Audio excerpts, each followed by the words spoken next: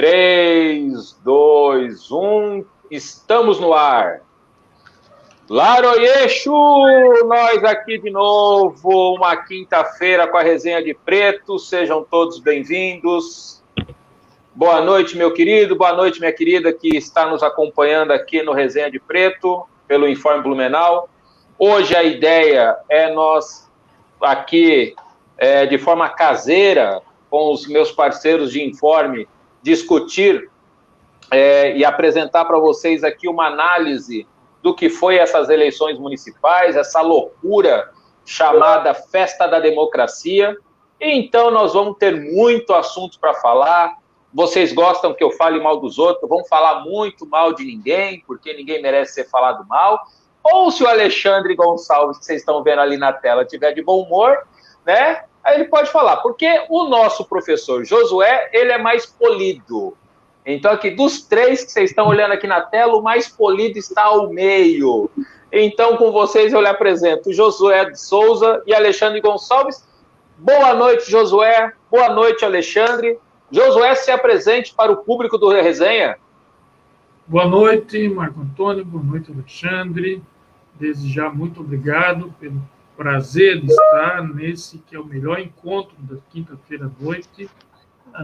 O melhor lugar para a gente estar, para ouvir da vida dos outros, não falar mal, porque jamais falaremos mal dos outros aqui, e, sobretudo, para a gente se informar o que está acontecendo de interessante nessa cidade, que não tem só gente loira, que tem gente de todas as cores e que deve ser representada de todas as formas nessa cidade.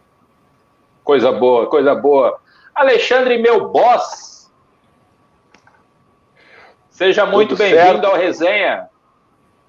Tudo certo, Marco, legal. Um abraço também para o Josué, bem bacana esse formato aí de resenha, né? A resenha hoje vai ser político, mas a gente podia falar sobre futebol, né? Porque o Josué é flamenguista, né, gente? E aí o Josué, né, ontem deve estar com a cabeça inchada, né, cara? Então eu não sei se ele vai ser tão polido, se ele tiver aquele humor futebolístico de ontem, eu acho que ele talvez não seja tão polido. Grande abraço a todos que estão nos assistindo. O que eu menos quero hoje é cutucar os meus convidados, porque o Josué é o meu freguês, né? 9 gols em 3 jogos, né? Em 3 jogos, 9 gols. E agora vamos enfrentar o Grêmio, né? São Paulo aí querendo fazer uma boa coisa, um bom trabalho. Então, vamos ao que interessa. Não vamos ficar cutucando o nosso amigo Josué, porque senão ele sai da resenha. Eu acho que o papo tem que ser de política, não? Tá bom. Mas não é à toa que a propaganda do Resenha é política, religião e futebol se discute, ainda mais quando São Paulo ganha, que é raro. E eu acho que no Brasil não tem como entender de política se não entender de futebol, e não tem como entender de futebol sem entender de religião. E os 3 temas. Mas hoje vamos deixar o futebol de lado, vamos falar de tudo.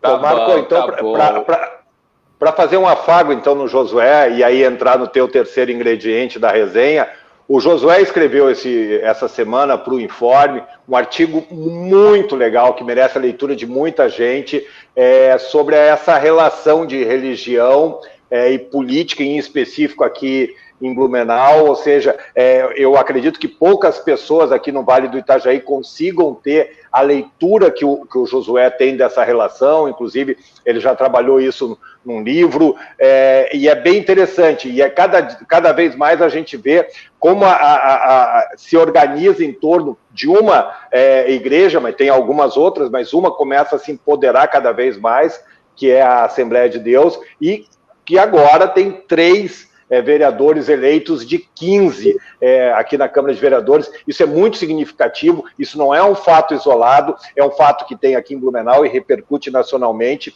Então esse terceiro ingrediente também pode ser contemplado aqui na nossa resenha de hoje. E é extremamente importante, tá? Vocês que estão nos assistindo aqui, que eu sempre discuti, sempre apresentei para vocês aqui a questão da religiosidade, da religião, religiosidade todo mundo tem a sua e tem quem não acredita, né? Então, tem aquele que acredita em Deus e não tem religião nenhuma, ou seja, tem a sua religiosidade. Religião é poder, né? Então, não sejamos inocentes de não achar que por trás da própria religião não tem essa questão do poder e, obviamente, acaba refletindo de forma direta nos partidos políticos. Mas antes a gente já vai fazendo esse salseiro aqui no Resenha, que é assim que funciona, o pessoal já está acostumado com isso. Então, antes da gente começar a entrar nesse assunto mesmo, eu vou mandar o meu boa noite para o Ivo, para a Simone Gadotti. Boa noite, meninos. Já gostei da Simone. Boa noite, Annelise. A dona da pensão está ali em cima já, botando o João para dormir daqui a pouco. Colofé, mãe Valquíria. A Margarete do Nascimento. Fernando Krieger, nosso bruxo.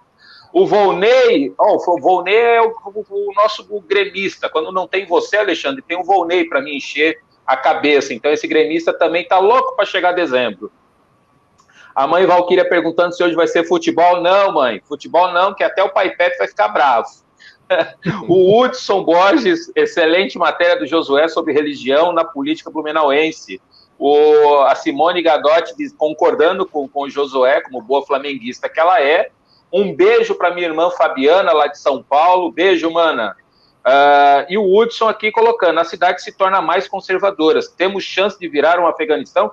Calma, Hudson, calma, não seja tão pessimista. Até porque tem nós, os macumbeiros, aqui para dar uma segurada, então deixa quieto. Gente, de novo, aquela coisa bonitinha. Curtiu? Compartilha, manda para geral, dá uma força aqui pro Preto, porque quanto mais gente compartilhando, mais gente vai assistir. Começando a nossa resenha aqui, que a gente já começou a 1000 por hora, como é que o Josué, primeiro, né? Como é que, Josué, tu avalia as eleições aqui em Blumenau, meu querido? Eu acho que nós não tivemos grandes novidades, né?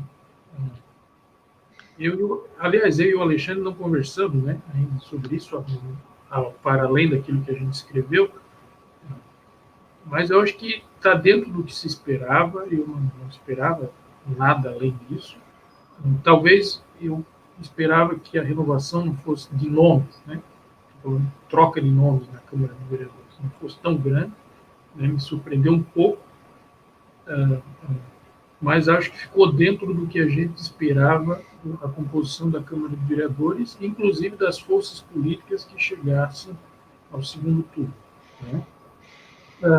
Mas, em linha geral, eu acho que o que se duas coisas sobrepõem. Primeiro, a profissionalização, não profissionalismo, mas a profissionalização das campanhas políticas. Não dá mais... A política está cada vez mais profissional e cada vez mais um espaço para atores que são da própria política, né? Mesmo os novatos, os que chegaram pela primeira vez, não chegaram lá com uma campanha que não foi muito bem planejada, muito bem articulada e de gente que já estava na estrada há um bom tempo. Isso do ponto de vista da campanha. A outra coisa é que me parece que as forças políticas que conseguiram se sobrepor e os vereadores que conseguiram se eleger têm duas características que atravessam isso. Primeiro, a convivência comunitária. São vereadores com característica, com presença na vida comunitária. Isso explica um pouco, inclusive, a força da religião na cidade, né? Agora temos uma bancada religiosa, né? É mais do que 2, já temos 3, uma tradição. E vereadores que são ou da religião ou de algum projeto comunitário, né? Seja via esporte ou via assistência social, né? Ou aqueles vereadores que conseguiram se eleger são aqueles que têm uma presença cotidiana na vida das pessoas, sem fazer julgamento da qualidade dessa presença. Tem 2 candidatos que não fecham nesse perfil, tá? O Bruno Cunha, né, e o Tuca do Novo. E que, para além dos meus cobaiazinhos de vida acadêmica, né, que são os 3 religiosos, eu vou ficar de olho nessa legislatura, porque eu acho que são 2 que são mais ideológicos, vamos dizer assim, colocaria vereadores mais ideológicos. Tanto o Tuta, né, que chega agora, né, porque nós temos do outro lado o Adriano. O Adriano não é um vereador ideológico, o Adriano é um vereador comunitário, né, mais ideológico, e o Bruno, que também faz um mandato, né, tem uma carreira que mais para a cidade inteira, assim, tem um olhar de cidade. E que, inclusive, eu acho que sai na frente nesse segundo nome. Mas eu não esperava mais do que isso. Tem outra característica aí. Os vereadores de oposição é que eu estou com medo aqui de fazer alguns comentários por conta do período eleitoral. Mas vai lá.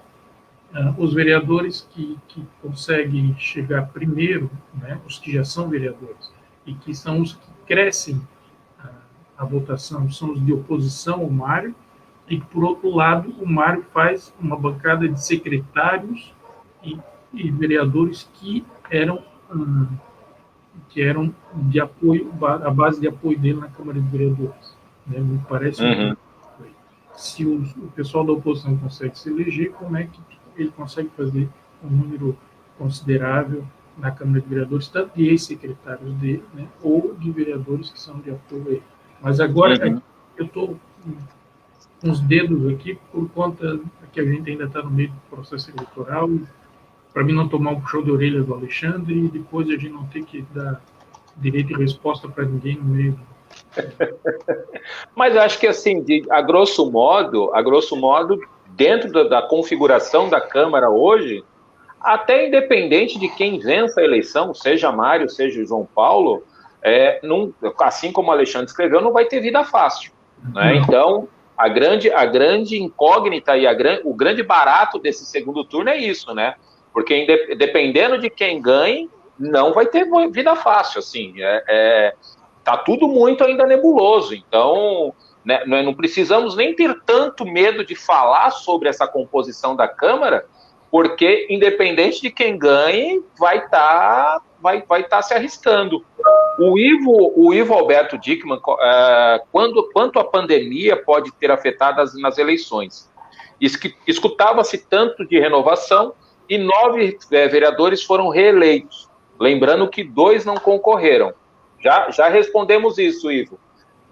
Ou aproveito para colocar para o Alexandre o seguinte: se a gente tivesse que fazer uma análise de quem venceu as eleições, Alexandre, como é que a gente faria essa análise? Bom, vamos lá. Pegando alguns ganchos ali, tentando responder a essa tua pergunta.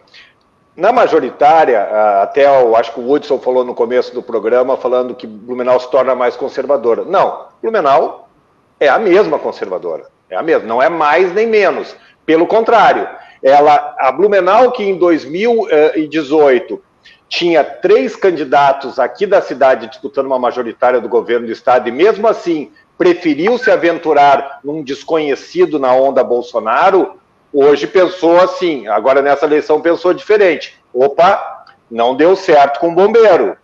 Não deu certo com o bombeiro, não é a coisa que a gente precisa. Blumenau ficou abandonado. Então vamos pegar o nosso feijão com arroz, quem a gente conhece bem, quem é do espectro político, né, da maioria, e vamos optar por eles. Então, a gente se escolheu o prefeito, que está no páreo, e o ex-prefeito para disputar o segundo turno, o prefeito com uma boa vantagem, né, e o ex-prefeito com uma vantagem apertada. Se tivesse talvez mais uma semana, talvez a coisa fosse diferente com relação ao João Paulo. O João Paulo, de todos, para mim foi a maior decepção, no sentido de que não conseguiu o que se esperava. Vamos lá, nós aqui nós não tem juízo de valor, é a análise que nós estamos fazendo.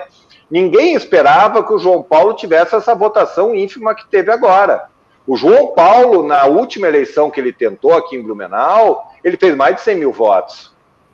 Agora ele está fazendo 24. Pô, ele é deputado federal, secretário de Estado, né? Então é muito significativo isso. Por outro lado, o Mário, a gente diz assim, bom, o Mário foi um bom vitorioso, ele fez 41% dos votos válidos, ele fez 66 mil votos, é isso aí, é importante. Mas, se você fizer uma leitura só dos votos válidos, esquece todo mundo que ficou de fora, que é muita gente. Só dos votos válidos, entre 10 blumenauenses, 4 optaram pelo Mário. Então também não é uma unanimidade, está longe de ser uma unanimidade. Claro que ele é um vitorioso, está lá na frente, com boa vantagem, mas ele, em cada 10 blumenauenses, ele é o prefeito, cada 10, só 4, 6 preferiram não votar nele. Então, eu acredito que o eleitor de Blumenau foi pragmático na escolha dos seus candidatos a prefeito. Sem surpresa, como eu digo, talvez se tivesse mais um tempo de campanha, talvez pudesse ter, perdão do trocadilho, a novidade do novo, sem juízo de valor também aqui. Porque a campanha do Odair Tramontim deu uma boa encorpada nessa reta final, enfim, por conta até da queda do João Paulo Klein, não por conta de um crescimento exponencial do Partido Novo, mas por conta da queda do João Paulo. Com relação à Câmara de Vereadores, eu acho que o ponto mais importante é esse. O prefeito que for eleito, seja ele Mário, seja ele João Paulo, não terá vida fácil. Porque na largada, nós estamos falando aí de 7 vereadores com características de oposição. Os 4, e o Josué bem lembrou, os 4 que fazem uma oposição mais sistemática ou se consideram independentes, foram muito bem votados. O Gilson, o Bruno, o Adriano e o Ito. Foram 4 muito bem votados. Então, a esses 4 se entra. Eu falei 7, mas eu ainda estava pensando no Diego Nazato do Novo, que acabou ficando fora. Então, esses 4, você acrescenta o Tuta, do Novo, que esse vai fazer barulho, vai incomodar, e é muito curioso como é que vai ser a postura dele, mas ele já está se falando nele para ser candidato a deputado estadual, uma declaração do candidato, o ex-candidato pelo Partido Novo, Odair Tramontim, diz que a prioridade do Novo é o Tuta, ou seja, já estão pensando ali na frente. E uma pessoa que tem tudo para fazer um trabalho diferenciado, eu sempre tive muita curiosidade na postura dele, é o Carlos Wagner, o alemão da Lumetal. Quem conhece ele, eu conheço bem ele tem um trabalho comunitário brilhante, ele faz um trabalho muito bacana, muito diferenciado, e em 2016 ele bateu na trave, foi o primeiro suplente, e agora ele se elegeu. Também tenho muita curiosidade de saber como é que vai ser a relação dele. E o próprio Egídio, que veio pelo esporte, mas teve uma campanha muito forte, ele é ligado ao prefeito Mário Hildebrand, mas ele foi muito cobiçado por outros partidos. Então, ele, claro que, em tese, ele vai permanecer no grupo, mas ele é uma pessoa a ser olhada, porque o Egídio é um cara independente, é um cara inteligente, e ele pode também mudar a sua postura na medida que as coisas vão. Então, talvez a grande coisa da Câmara de Vereadores, que talvez ela não vá funcionar tão a reboque do Poder Executivo, como funcionou nas últimas legislaturas, não somente nessa, nas últimas sempre funcionou a reboque. Vamos lembrar quando Napoleão ganhou a primeira vez, aí não, era uma legislatura difusa, mas na reta final se construiu um apoio onde o Vanderlei de Oliveira do PT foi presidente da Câmara, e onde o Ivan Nats, do PDT, foi o líder do governo, Napoleão Bernardes. Então a política faz coisa. Mas agora eu percebo que há uma oposição mais consistente de qual seja o projeto vitorioso, e por isso a gente já pode ficar um pouquinho mais esperançoso, porque é isso, o eleitor é soberano, o eleitor escolhe o prefeito e escolhe o vereador, e são papéis diferentes, né? E quando a gente percebe que uma Câmara de vereadores pode ter uma independência um pouco maior, isso é salutar para a democracia. Uhum. Como eu fiquei de fora dessas eleições, assistindo tudo que estava acontecendo, eu achei muito interessante isso, porque se eu olhando hoje aqui com calma, né, as votações dos 15 eleitos aqui, talvez com exceção do Bruno e do professor Gilson, o próprio recado das urnas, para esses que foram reeleitos, também fica, né? Um recado de que a população está de olho na postura que eles tiveram, né? Porque, assim, com exceção, eu não lembro quantos votos o Gilson fez na última eleição, mas com exceção do Bruno, todo mundo deu uma diminuída nos votos, né? Então, assim, então se a gente olhar para a composição da Câmara, mas olhar a quantidade de votos que esses reeleitos tiveram, né? E aí olhando para quem, por exemplo, ficou de fora, Zeca Bombeiro, que está aqui na minha lista de bate-pronto aqui, né? O 16º aqui, né? O Gilson cresceu 696 votos, foi o que mais cresceu. Ou seja, os dois candidatos que teoricamente nessa legislatura, né, que vai terminar no final de dezembro, foram de certa forma oposição ao Mário, foram os que cresceram, né? O Bruno conseguiu ficar ali 50, 60, na linha de corte ali, né, do 2 para cima, 3 para baixo ali, mas foram os dois que se colocaram como independentes, né, em algum momento dentro da Câmara, e deram trabalho para o Mário, né, e fizeram mais votos. Então, assim, vai ser interessante como é que essa Câmara vai se virar. Eu fico, inclusive, pensando quem e aí talvez seja o próprio Bruno, não sei como é que eles vão organizar isso, mas quem vai vir como presidente da Câmara, né, da Casa. O Bruno, numa entrevista com o Alexandre, falou que não quer. O Bruno, que eu até não tinha me dado conta que não pode ocupar a mesa diretora e tu, é da tua profissão, inclusive, Marco, tu não pode advogar e ocupar um cargo na mesa diretora. Então, o que o Bruno falou é que ele, nos últimos 2 anos, abriu mão da advocacia e ele não pretende fazer isso esse ano. E lembrando que, né, claro, é importante estar na mesa diretora para tu ter alguns controles, mas não é fundamental para tu ter protagonismo. Sim, acaba sendo mais uma força política, né? Em algumas situações até atrapalha, porque até a eleição não aconteceu mais. Em Blumenau tinha a maldição do presidente da Câmara não se reeleger, né? A gente teve uma história aí, alguns presidentes da Câmara que, quando iam para a reeleição, perdiam, porque também sofre o desgaste institucional da casa, dependendo. Lembrando que o Lanzarin está pela bola 7, né? O Marcelo Lanzarin, eu acho difícil que reverta, mas se o Guto Rainer, que também é do partido Marcelo Lanzarin, conseguir reverter a sua situação, ele está concorrendo sob júdice no TSE, entra o Guto e sai o Lanzarin. A maldição da presidente da Câmara. A maldição, que eu acho muito difícil, apesar do otimismo de alguns, eu acho muito difícil que o Guto consiga reverter. Mas se ele conseguir reverter... O jogo só acaba quando termina. É isso aí. A produção mandou aqui, ó, o Gilson em 2016 fez 2.615 e o Gilson em 2020 fez 3.311, ou seja, teve um aumento de votação, que foi o que a gente colocou ali. Dando boa noite aqui para o meu irmão, o Eduardo Tavares, Colofé, meu querido, um beijo. O Ivo, né? O Ivo tinha perguntado assim, quanto a pandemia pode ter afetado nas eleições?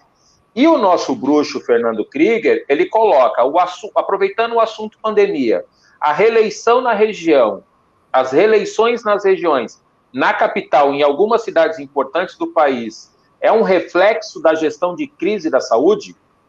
A população aprovou as decisões ou medo de uma mudança nesse momento? Ou seja, né, aonde os prefeitos conseguiram, por exemplo, o Bruno Covas, né, em São Paulo, o próprio prefeito de Florianópolis e o Mário aqui, né, colocando aqui nesse tripé aqui, a pandemia mais ajudou do que atrapalhou esses candidatos que eram de reeleição, e a população estava com medo de alguém que é de fora entrar e fazer E querer inventar a roda? Qualquer um dos dois. Tá, eu tenho a impressão de que a pandemia não entrou no debate político. Nós não debatemos a pandemia. Primeiro, não houve debate político. Foi uma conversa de surdo. Desculpa os surdos pelo mau exemplo. Mas nem as oposições conseguiram pautar a campanha e nem a imprensa conseguiu pautar a campanha. Aqui em Blumenau e fora dela. Né? Nós tivemos... Era como se cada candidato fosse para as redes sociais e fosse para os programas. E cada um... Aí um falava da pandemia aqui, outro falava... E muito mais se falava na pandemia olhando no retrovisor. O prefeito acertou, o prefeito errou. O canto tinha que fechar, tinha que abrir. Foi esse debate, que é um debate que, inclusive, já me parece que cansou. Isso já não está mais na pauta. E nós não debatemos, aí estou falando como sociólogo, tá? Nós não debatemos o que fazer daqui para frente. Bom, né? O que a gente faz com a educação com a presença do coronavírus? Nós não sabemos. Né? E não aproveitamos a campanha política para debater isso. O que a gente faz para financiar uma saúde pública que precisa garantir vacina para todo mundo, que precisa garantir quarto de UTI para todo mundo, que precisa garantir estrutura de saúde pública para todo mundo, porque se tem uma coisa que a pandemia mostrou foi duas: desigualdade e a necessidade de um sistema único de saúde. Isso não foi debatido nessa campanha. A gente ou debateu se os prefeitos estavam certos ou errados, e aí me parece que os prefeitos, pela visibilidade que tiveram, saíram na frente, e aí a reeleição, né, dos prefeitos, tanto na região quanto nas capitais, parece isso, né? E os prefeitos que passaram de largo com a polêmica do abre e fecha. Pega Belo Horizonte, por exemplo, o prefeito de Belo Horizonte, né, fez quase 80% da votação. Curitiba, mesma coisa. Foram o quê? Prefeitos que passaram de largo com um debate e foram embora. Né? Uhum. Eu acho que me parece muito mais isso. Primeiro, a pandemia não foi debatida. Não foi debatida. Segundo, se interferiu no resultado, eu acho que todas as forças acabaram ganhando ou perdendo com a ausência do eleitor. Com a ausência do eleitor.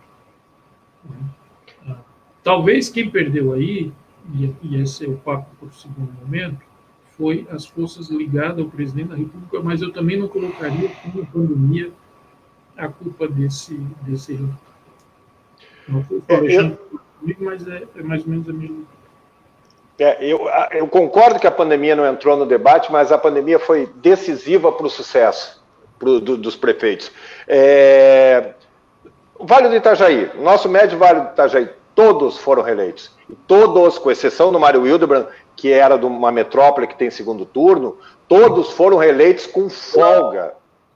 Gaspar, Indaial, Timbó, Pomerode, foram eleitos com... Até o Volney Morastone do Ozônio foi eleito. Até o... Imagina. Não dá nem para dizer que foi eleito apertado, não, foi eleito fácil. O cara do Ozônio foi eleito. Então, oi? Frouxo. Então você pega...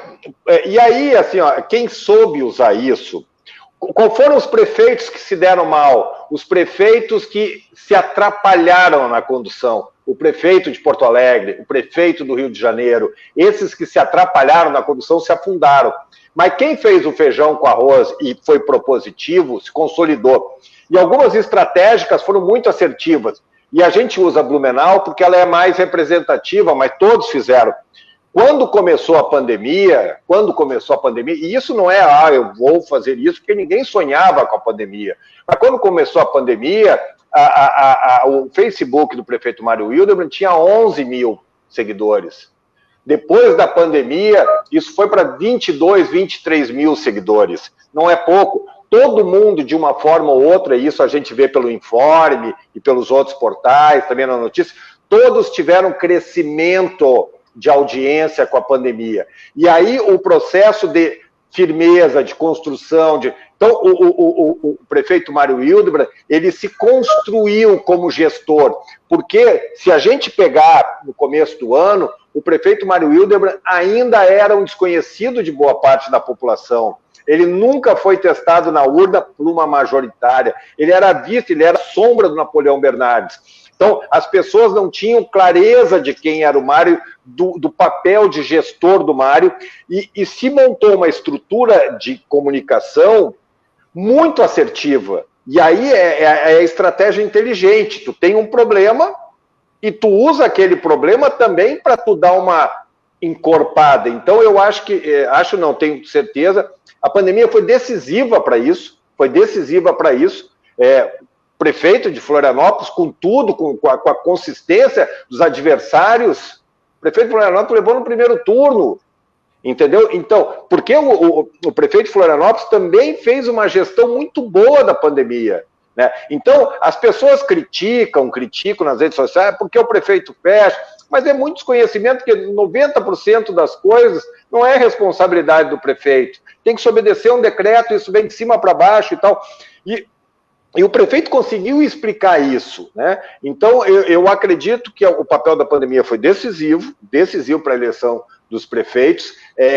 66 mil pessoas deixaram de votar em Blumenau. Se você pegar aqui, é quase o número de votos que o Mário Hildebrand fez. O Mário fez 68.228, 66 mil não votaram.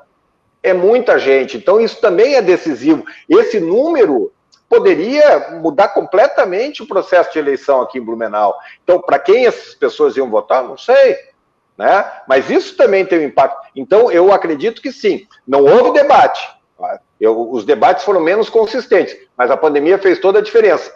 E nesse segundo turno, de forma muito no fígado, esse debate da pandemia já está vindo, porque a onda está aí. Nós estamos cada dia, né, batendo os 400 casos, e a gente percebe, principalmente do candidato adversário, o candidato que hoje é a oposição, João Paulo, tudo que ele pode, ele vai lá e cutuca, e instiga, né? E o Mário sempre naquela posição, não, se defendendo de coisas que ele não tem falado, né? Ele não tem falado de lockdown, acho que lockdown virou uma palavra proibida, pelo menos até o dia 29, né? Ninguém quer se meter nisso aí, né? Mas a situação é grave, e seria bom que esses temas fossem debatidos e eles vão ficar certamente embaixo do tapete até o dia 29. É fato.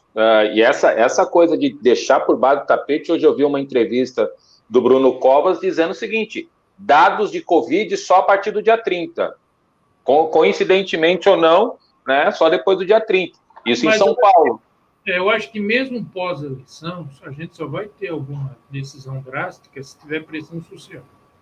Uhum. Tem as próprias forças econômicas não vão deixar ter algum processo de lockdown, alguma coisa assim. E a pressão social é o contrário, né? É o contrário hoje. E aí, o problema é a população se conscientizar de que precisa ficar em casa e precisa se isolar nesse momento. Vai ter que ser cada um por si.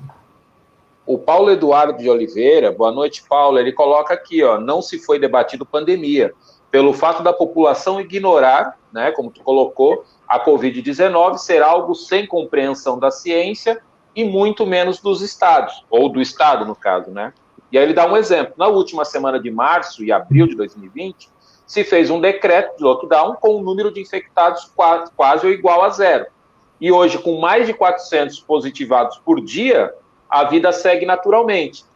Nesse caso aqui, fazendo dando uma de advogado do diabo, é que também a forma como os hospitais recebem esses infectados hoje também mudou. Então, assim, se tem que ter o cuidado, e é importantíssimo a gente colocar que precisa usar máscara, que precisa continuar tomando todos os devidos cuidados, mas o setor de saúde, a classe médica hoje, já sabe como receber esses infectados. Então, quando o cara chega no hospital, já não tem aquela correria do que fazer. Todo mundo já sabe o que fazer. Talvez isso faça com que as UTIs fiquem menos ocupadas em algum grau de preocupação. Mas, né, nós não sabemos o que pode acontecer. Diz, Alexandre. Não, é que hoje a gente já tem respostas que lá em março a gente não tinha.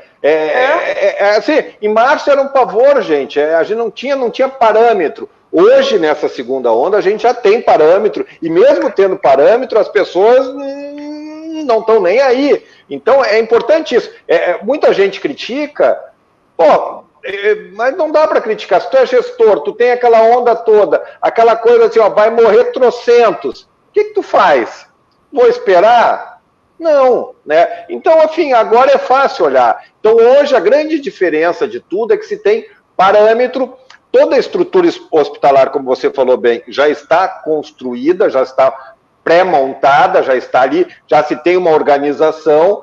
É claro que não se dá para abrir a guarda e tal, mas hoje a situação é diferente, é muito diferente. Então, por que se fechou lá em março? Bom, se fechou porque todo mundo trabalhava no escuro, ninguém sabia o que estava acontecendo, não se tinha parâmetro. Hoje já tem clareza com relação ao que se pode acontecer. Ponto. É isso.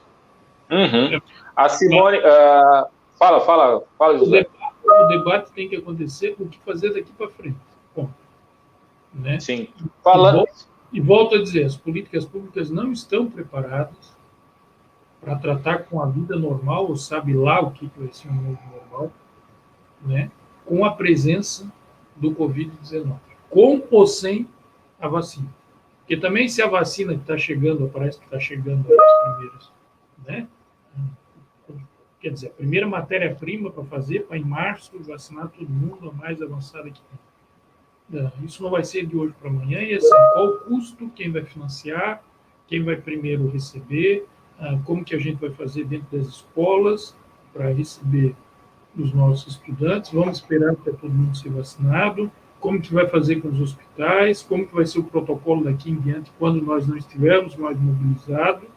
Isso tem que ser debatido publicamente. E a campanha eleitoral é uma oportunidade que a sociedade debate. E nós não debatemos. O que faz é isso que o Alexandre falou, ficar olhando pelo retrovisor e dizer, abriu, fechou. Agora não adianta ficar debatendo isso, não é mais pauta. E hoje, falar isso hoje, até eu tomo decisão fácil em março de hoje. É o engenheiro de obra pronta. Ué? A Simone Gadotti aqui coloca, né, que na outra discussão que estava tendo, o papel da Câmara tem que ser independente, seja quem for o prefeito. Não devemos ter oposição por oposição, tem que ser uma situação, e nem ser uma situação omissa, colocando que o papel do vereador é fiscalizar, ponto, né? Independente de quem é governo. Teoricamente deveria ser assim, mas, né, a Deomar está dando parabéns para a gente, o Alessandro diz que o Gilson e o Bruno são os mais coerentes da legislatura, o Fernando Mantal está deixando um abraço para todo mundo, e ele colocou a questão das abstenções, né, 66.873 votos. Um abraço ao São Paulino Ians Mantal, né, também está felizão, igual eu. Colofé Sharon, um beijo. Carlos Silva, bonitão. Eu mesmo, pela Secretaria de Semudes, peraí que eu não... eu mesmo, pela Secretaria da Semudes, o que nós entregamos de sacolão pelo CRAS, o atendimento das pessoas, né? O Hudson está participando. Paulo, beijo, Colofé, meu irmão. Olha o pessoal do terreiro tudo entrando hoje. Se vai ter debate, vão ter os debates das TVs, né, Alexandre? O pessoal está meio que rateando aí para os debates da internet e estão dando mais prioridade para o debate das TVs, né? Tem debate nesse sábado da NDTV e tem debate na próxima sexta-feira da NSC. O Informe Blumenau tentou fazer debate, já tinha protocolado com os candidatos que tinham mais potencial de passar ao segundo turno, e o único que não tinha assinado, na oportunidade, era o candidato Mário Hildebrand, que alegou, e é um direito dele, que queria esperar a definição do resultado da eleição. Passado isso, ele voltei à carga, só faltava ele. O debate, inclusive, iria acontecer ontem, mas ele, por questão de logística, ele botou, né, ele não, obviamente, os assessores dele botaram na conta que ele continua sendo prefeito, que ele tem que dar conta, que se ele abrisse para um portal, teria que abrir para outros, para rádio e tal. Eu entendo, eu lamento, mas eu entendo, né? E gente, com todo o respeito, é assim que acontece no mundo, né? Porque um candidato está lá em cima, outro candidato está lá embaixo, um não quer se expor, o outro quer ir no fígado, né? Então, faz parte da regra do jogo. Então, eu sei que as pessoas estão chateadas, quanto mais debate, melhor. É importante, mas também eu entendo que, nós temos aí 2 semanas de campanha, Se tu abrir para todo mundo, por que você... Então, como eu digo, eu lamento, mas por que tu vai abrir para o Informe, não vai abrir para o município, não vai abrir para o Blumenauense, para o portal do Alexandre José, para o Meso Regional? Aí já falamos em 5 ou 6, provavelmente para o Santa, 7, não vai abrir para Nereu, 8. Aí se tu botar as TVs, 10, botar as rádios, aí acabou, é um debate por dia. E fora que tem as entrevistas, que tem isso. Então, eu pessoalmente acho muito ruim, eu tinha me organizado, a gente ia fazer, inclusive, na produtora do Fernando Manton, na Smart Films, eu fiquei muito chateado, mas, enfim, né, eu entendo. É assim que funciona o jogo. Sim, sim. O Alessandro Neves, né, sobre a reeleição dos vereadores da bancada evangélica, o que vocês acham? E se o Jovino merecia ser reeleito? É um exemplo. Sobre a eleição da bancada evangélica, a gente falou no início da live aqui, do programa, que é uma questão política e é uma força que precisa ser respeitada e precisa prestar atenção nessa força. Eu lembro que lá atrás, o Josué mesmo colocou, mas eu lembro que um pouco lá atrás, assim, na eleição do Lula ainda, nas 2 primeiras eleições ali do Lula, eu ouvia muito os evangélicos, principalmente da Assembleia de Deus, dizendo que teria um presidente da República em 20 anos, né? Então, assim, se a gente fizer as contas aí, tudo pode acontecer, isso não está fora, não está fora do radar. Com relação ao Jovino, eu costumo brincar dizendo o seguinte: candidato bom pede voto. Se ele foi eleito é porque ele pediu muito voto, foi para cima e conseguiu ser eleito. É o jogo democrático. Pediu voto, ganhou voto, está eleito, ponto. Né? Então, assim, não tem como fazer juízo de valor se ele é justo ou não ele ser reeleito. Ele pediu voto, ganhou voto, está eleito. Se ele é um bom legislador ou não, cabe aí o pessoal dos votos colocar essa situação. A Sharon manda um abraço para todo mundo, viu, Paulo? A Sharon te mandou um abraço também. O Hudson coloca que acha obrigação se disponibilizar aos esclarecimentos à população, mas geralmente os debates não são produtivos. Talvez seja esse também o problema, né, Alexandre? Muito debate também, tu fica meio sem ter o que falar depois, né? Ou não? O pessoal criticou muito a falta de debate no primeiro turno, né? Que me encher nos tubos que o Informe tinha que fazer e tal. Eu não sei se vocês viram o debate do município, que foi o único que fez debate no primeiro turno.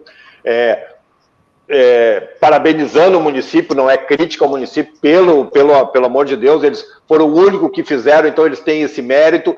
Mas o debate foi muito chato e não é culpa do município. Aí tu pega lá 2h30 de debate, e aí com todo respeito, Vanderlei Lauretti pergunta para Jair dos Santos pergunta para Vanderlei Lauretti, aí tu vai tomando tempo, então, e aí tu quer ver o que o Mário fala, o que o João Paulo fala, que a Ana Paula Lima, que o Alba, esse povo fica diluído, e aí na hora para tu não entrar, tem um joguinho ali, um pergunta para aquele outro. Então, eu pessoalmente, eu perdi as contas de debates que eu já mediei no Rio Grande do Sul, em Florianópolis, aqui na região, no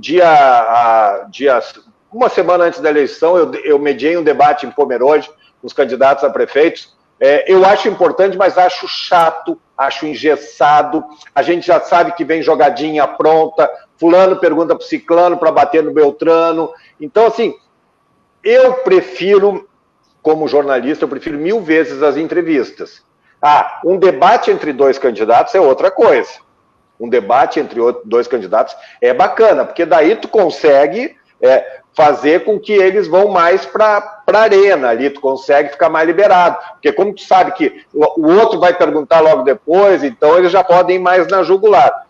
Então, debate de primeiro turno com 12 candidatos, caixão pro vídeo, é inviável. Eu sei que as pessoas lamentam, falam, mas realmente aí é pegadinha do malandro, porque assim, ó, se fosse o debate, tudo para bater no Mário e no João Paulo, que eram, em tese, os favoritos para ir para o segundo turno. Só fazendo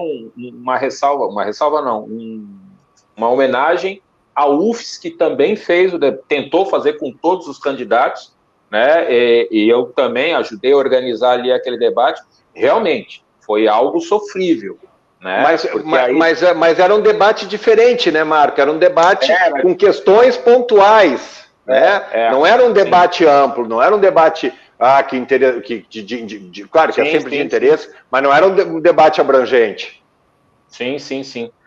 Nós estamos chegando na reta final, a Simone coloca ali, né, que é um debate com 12 candidatos, foi sofrível, pois é. Nós estamos chegando na reta final e eu prometi que eu ia fazer isso, óbvio, né? O pessoal, quando assiste o resenha, quer saber da nossa opinião também com relação às questões étnicas raciais. E só a título de registro para todo mundo que está assistindo, para ficar também aqui para os anais da história, né?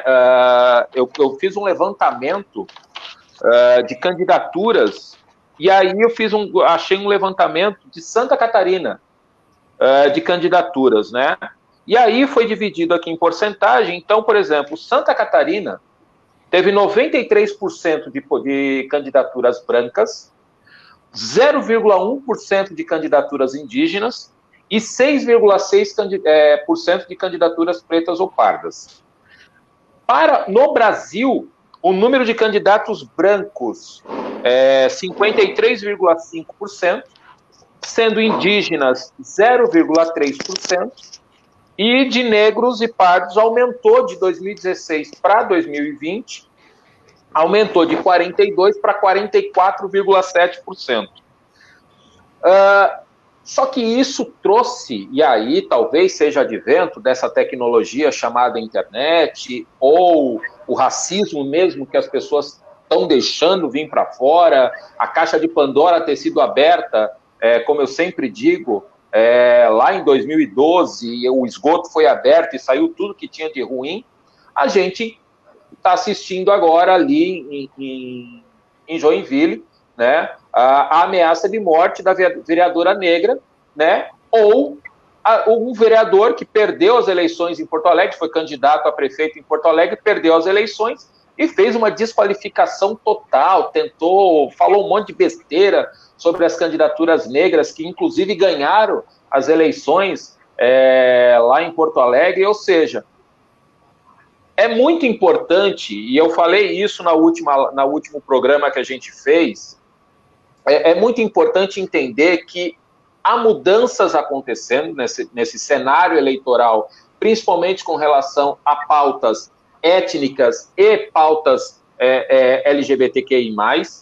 E falando em LGBTQI+, o meu amigo e o vereador mais votado de Blumenau, Bruno Cunha, está dando boa noite, forte abraço aos amigos. Parabéns, Bruno, nós não nos falamos ainda sobre a sua eleição, então um beijo, querido. Como é que vocês enxergam, ou melhor, essa onda que veio dos Estados Unidos, esse vento que veio dos Estados Unidos soprando aqui para a América Latina, vocês acham, né, professor Josué e Alexandre, chegando ali já na reta final, não vai dar tempo da gente fazer uma avaliação também do que foi Bolsonaro, ou avaliação das eleições ao Bolsonaro, né? Mas como é que vocês enxergam esse vento que bateu de lá para cá com relação a essas pautas identitárias, vamos colocar dessa forma? Fala aí, Josué. Primeiro, é preciso que a gente leva em consideração o seguinte: o que ficou claro foi o papel positivo das políticas afirmativas, das cotas para negros e mulheres nessas eleições, inclusive em Blumenau, né? Nós temos 2 mulheres na Câmara de Vereadores, independente de eu sou mulher e não quero pegar o lugar de uma mulher aqui para falar, né? Mas, independente do perfil das candidatas, nós teremos 2 mulheres na Câmara de Vereadores. O perfil dessas candidatas, a qualidade da representatividade dentro do espectro feminino é outra coisa, né? Mas nós vamos ter 2 mulheres depois de pelo menos 2 legislaturas, se eu não estou enganado aqui, sem a presença feminina na Câmara de Vereadores. Sem mulher de direita, mulher de esquerda, se é conservadora, se é progressista, né?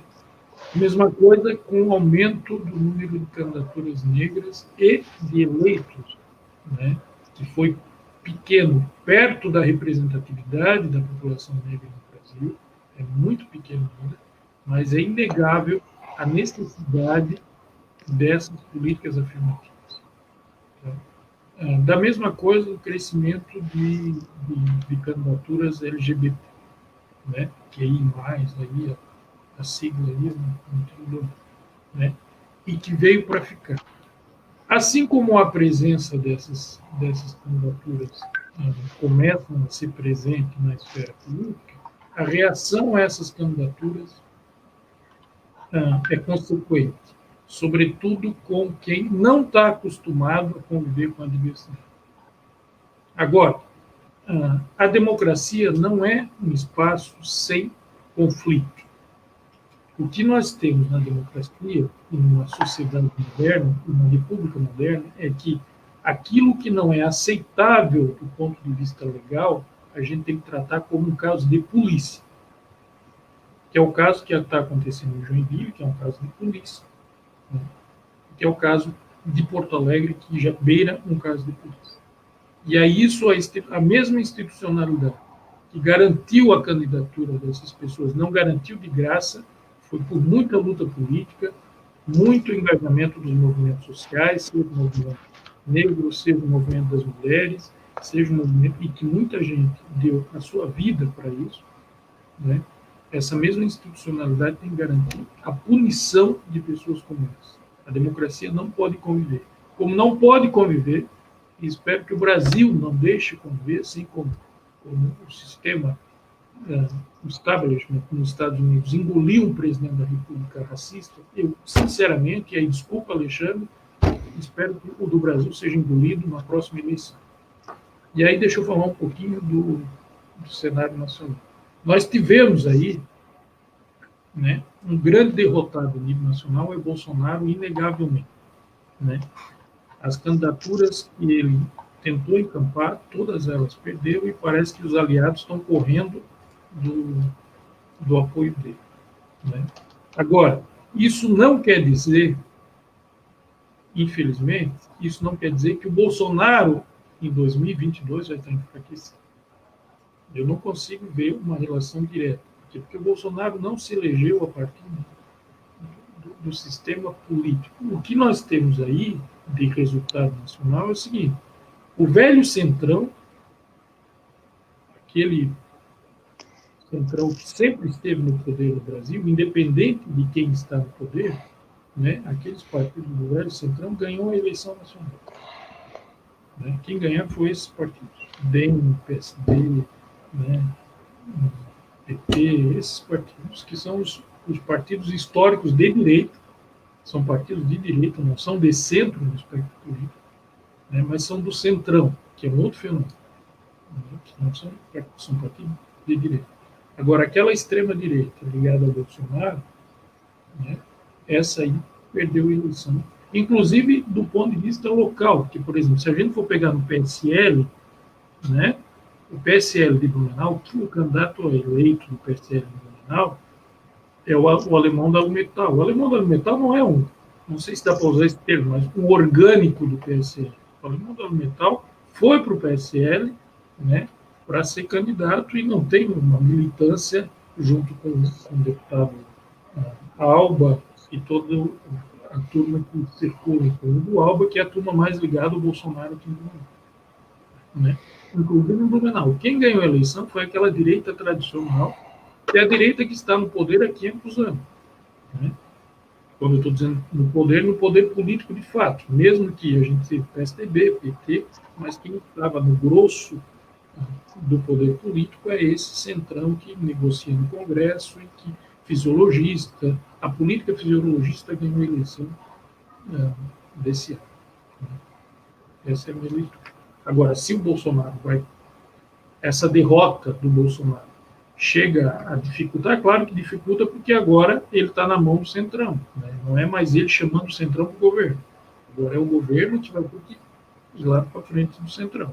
Mudou aí a relação da força política. Agora, se esse vento que vem nos Estados Unidos vai chegar no Brasil, não sei. Agora também eu não tenho ilusões, Marco, desculpa eu tomar o tempo aqui, que vai mudar alguma relação com os Estados Unidos, né? E aí eu gosto de chamar a atenção, sobretudo a turma mais à esquerda, o seguinte: não vamos ter eu não tenho nenhuma ilusão com um governo americano tocado pelos democratas. E aí vamos lá. Em 64, quando nós tivemos o golpe militar em 64, o presidente dos Estados Unidos era um democrata. Quando a presidenta Dilma foi desbilhotada com seus e-mails e a Petrobras foi desbilhotada, o presidente dos Estados Unidos era um democrata. No golpe contra Dilma, o presidente dos Estados Unidos era um democrata, não era um republicano. Não estou dizendo que os democratas são piores que os republicanos são piores que os democratas. Mas isso, assim, só troca a camisa, sabe? Não muda muito, até porque na política internacional, nós temos uma relação de força que é extremamente anárquica. Só os Bolsonaro e os bolsominions, acreditam que os Estados Unidos vai olhar para o Brasil de forma diferente porque o Bolsonaro está no poder, porque a Dilma está no poder, porque o Lula está no poder, ou porque a esquerda tomou conta dos Estados Unidos. Claro, o Biden tem uma visão para o meio ambiente melhor do que o Trump tinha. Tem uma visão para os direitos humanos um pouquinho melhor. Agora, os direitos humanos na mão, que é uma bandeira extremamente importante, eu sou militante dos direitos humanos, né? Você é um militante dos direitos humanos. Agora, os Estados Unidos já usou para defender a democracia e para defender os direitos humanos coisas terríveis e produziu guerra e produz, e nesse momento está produzindo guerra no mundo inteiro por conta da defesa dos direitos humanos. Então, assim, eu não tenho ilusões que o governo americano, né? O Bolsonaro, talvez, eu sinceramente achei que ele mudaria o discurso. Eu sinceramente achei que ele mudaria o discurso e semana que vem ele vai mudar e vai dizer Biden, meu amor. Né? Não. Né? Agora parece que ele se apaixonou pela masculinidade do Putin. Se apaixonou pela masculinidade dele. Né? Vai lá. Agora, eu não acho que muda alguma coisa. Tá? É claro que isso pode virar uma onda no Brasil, mas vira muito mais, eu acredito muito mais, que nós temos aí uma visão muito mais ligada, que a gente precisa construir uma política de diálogo, uma política que tenha uma representatividade da diversidade, e aonde as características de cor de pele, de opção sexual, ou orientação sexual, ou questões religiosas não devem interferir nas decisões políticas. Eu acho que muito mais a gente tem, sobretudo entre os mais jovens, isso, do que essa velha e corroída política conservadora que precisa ser. E eu espero, e aí agora o Josué falando, espero que o Brasil tome tempo e caminhe para isso, apesar de que eu não tenho muita ilusão. Só um detalhe, Alexandre, assim, ó, a gente também não consegue fazer uma avaliação muito prática ou pragmática, porque o Bolsonaro também não tem partido, né? Então a gente também não consegue fazer uma avaliação política partidária se ele perdeu tanto quanto ganhou. Mas, por exemplo, a Val do Açaí ser nominalmente colocada como candidata dele, né, lá na região, e fazer só 300 votos, o povo acho que não gostou muito da ideia. Fala aí, Alexandre. Bom, vamos lá, vou tentar resumir e eu vou empurrar a bola para ti no final, Marco, porque o que tu propôs para a gente no começo, eu acho que ninguém melhor que você pode responder e fazer o fechamento. Chega a ser hilário, né, a gente comemorando a vitória do Biden, né? Porque o nosso parâmetro, o nosso poste é o Trump, né? E o brabo que isso é uma projeção do que pode acontecer no Brasil daqui a 2 anos. Nós talvez vamos ter um poste que nem o Biden para enfrentar o Bolsonaro. E aí, então, porque o Trump e o Bolsonaro, eles encarnam uma coisa muito negativa, né? Com perdão dos eleitores, as pessoas que admiram, mas quem acha que resolve as coisas na pólvora contra os Estados Unidos, não está certo. Então, é bom que o Trump caia, né? É bom que os Estados Unidos deu um recado para ele, né? Se eu não me engano, fazia tempo que não tinha um presidente candidato à reeleição que perdesse. Enfim, é uma sinalização importante da maior nação do mundo, a nação mais poderosa, está dando para o seu... claro que eles querem um político que defenda os seus direitos, mas eles não querem um político que estimule a violência, a beligerância, a desigualdade. Eu acho que esse foi um recado muito grande e talvez seja uma projeção para nós daqui a 2 anos. Blumenau teve algumas questões que precisam ser valorizadas, né? Eu não lembro na minha história recente de ter 2 candidaturas trans aqui em Blumenau. Eu acho que não teve nunca uma candidatura trans. E aí nós temos a Geisa, que eu não sei como é que a gente enquadra ela, mas teve a professora Heller, que é uma bandeira, uma militante, é uma professora de história. Então, muito bacana isso. Isso é um avanço monstruoso. O vereador mais votado nessa legislatura, e a gente conversou sobre isso, ele não impunha a bandeira, ele não desfrauda a bandeira, mas ele é homossexual e não esconde disso, né? Então, esse é um outro fato muito importante. Blumenau, e o Josué falou bem, e as pessoas criticando muito as mulheres conservadoras, elas foram eleitas democraticamente. A Silmara entrou pelo segmento da Assembleia de Deus, mas a Cristiane, ela pode ser conservadora, mas ela tem um trabalho importante com os idosos, e é legal, eu entrevistei a Cristiane ontem, a Cristiane Loureiro, do Podemos, é legal ouvir falar ela. Vocês ouviram algum candidato ou algum político eleito falar que vai se preocupar com o morador de rua? Cara, isso é diferente. Então, assim, conservador, se ela vai fazer ou não, mas ela falou ontem que vai se preocupar com o idoso, com o morador de... que bacana, cara, porque assim, se depender de boa parte da sociedade, tá nem aí pro morador de rua.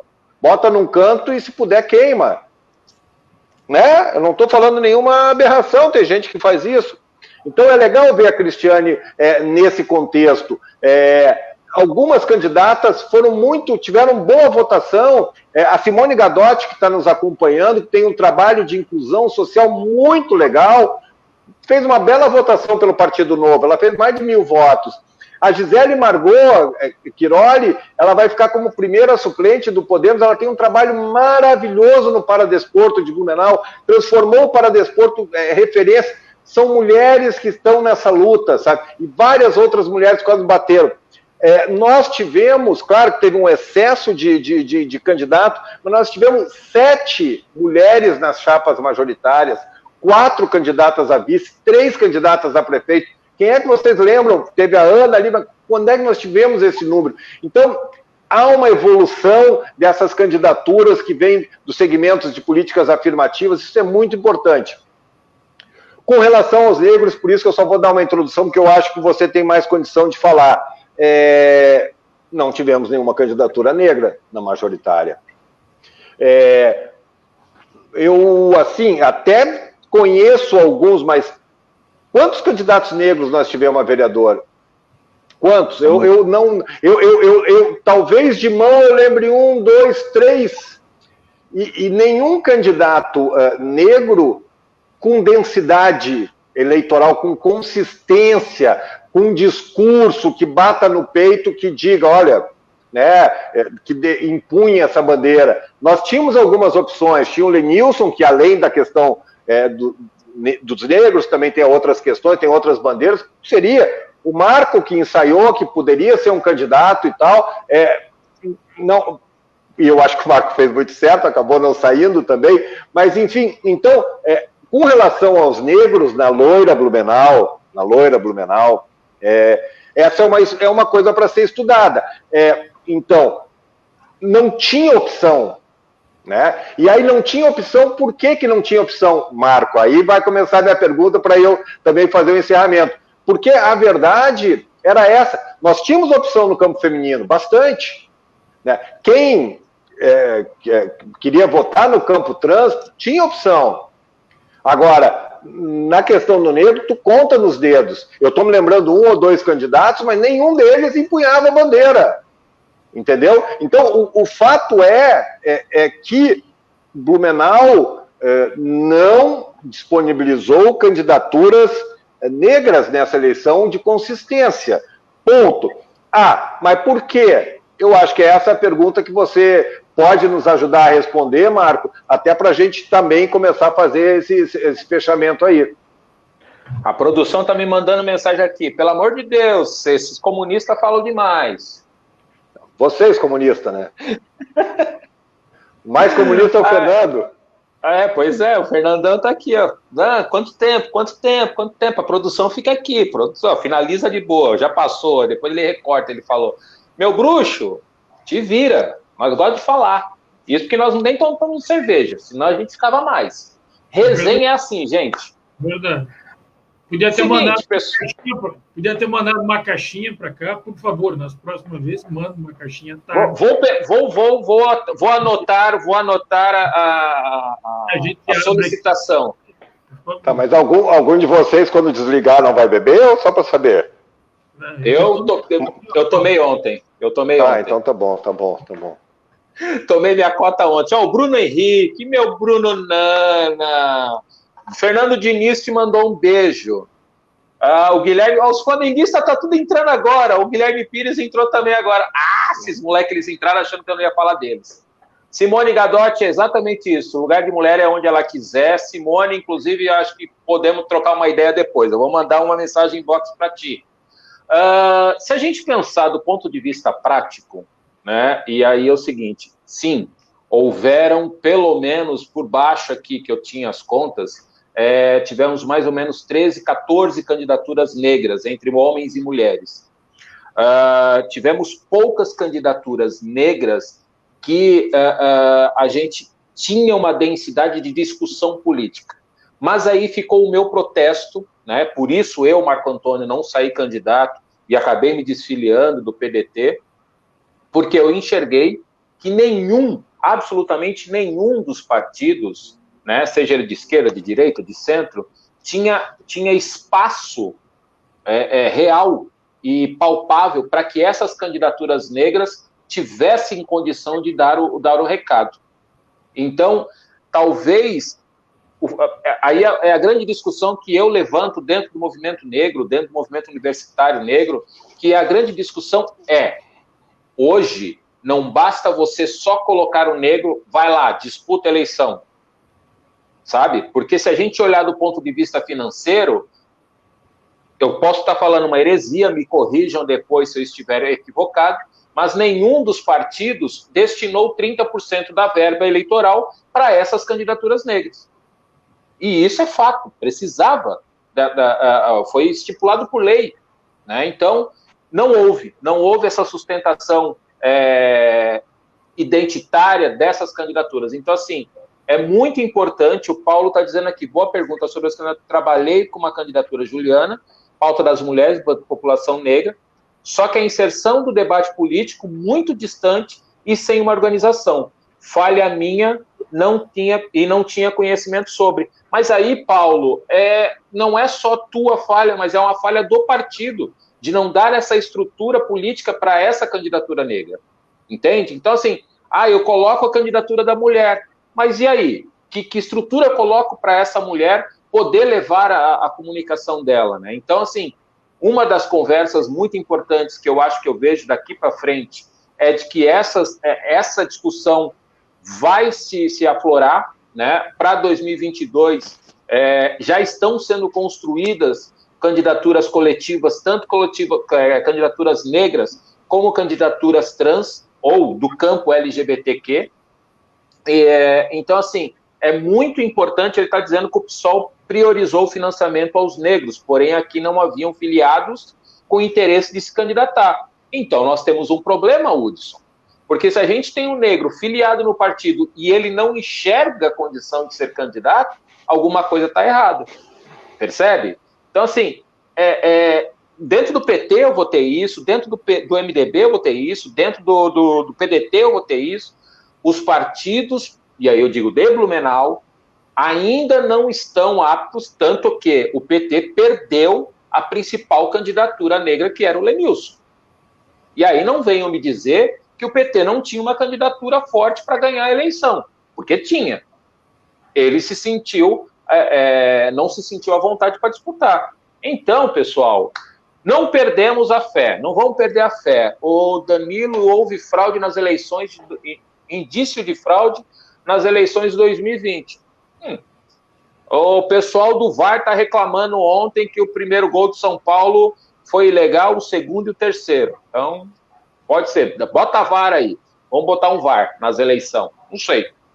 Estou enchendo o saco aqui, mas é para encerrar o assunto, ou não encerrar, porque o assunto continua, porque depois o pessoal fica mandando mensagem, você não falou isso, você não falou aquilo. Eu quero agradecer muito, Josué, Alexandre, pelo bate-papo, foi bem bacana, nós estouramos o tempo aqui, a produção está puxando não vale falar de futebol. Não, beleza, eu vou... o Bruno também falou que era só sobre política, eu vou ficar tranquilo aqui. Mas é pouco, né, gente? Faz tempo que eu não vou para a semifinal, deixa eu tirar uma onda aqui com o Josué. Né, flamenguista? Obrigado, gente, mais uma vez. Faz quanto tempo que vocês não ganham um Paulistinha? Bicho, vamos começar assim, ó.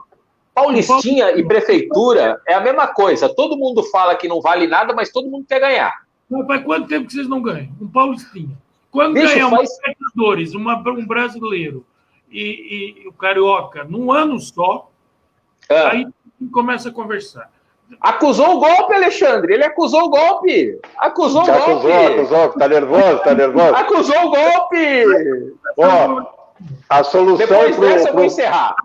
A solução para o Flamengo é o Mr. Renato, que está no Grêmio. Vai ficar mais um tempo. O Mr. foi embora. Quando um dia ganhar um brasileiro, em menos de 24 horas, ganhar a Libertadores, em menos de 24 horas, e o brasileiro, sem entrar no campo, começa a conversar. Se não, deixa... O Bruno, ele mordeu a chumbada, Bruno. Ele mordeu a chumbada. Gente, eu vou aguentar, eu vou acabar. Acabou. O juiz apitou. Gente, muito obrigado por essa oportunidade. Foi muito legal fazer isso. O pessoal interagiu muito aqui. Depois eu dar conta de responder, mas foi muito bacana. Muito obrigado mesmo. Depois eu leio aqui. Um beijo a todos. Beijo, Paulo. Beijo. Obrigado, gente. Foi bem bacana, assim. Gente, semana que vem, Resenha de Preto vai estar no ar. E olha, vai ser do balacobaco, porque já estou organizando aqui, já me mandaram mensagem aqui. Nós vamos fazer um debate bem interessante sobre mulheres na política, que me cobraram e já estou organizando aqui. Então, preparem-se. Um beijo, boa noite, obrigado a todos. Valeu, galera. Valeu, grande abraço.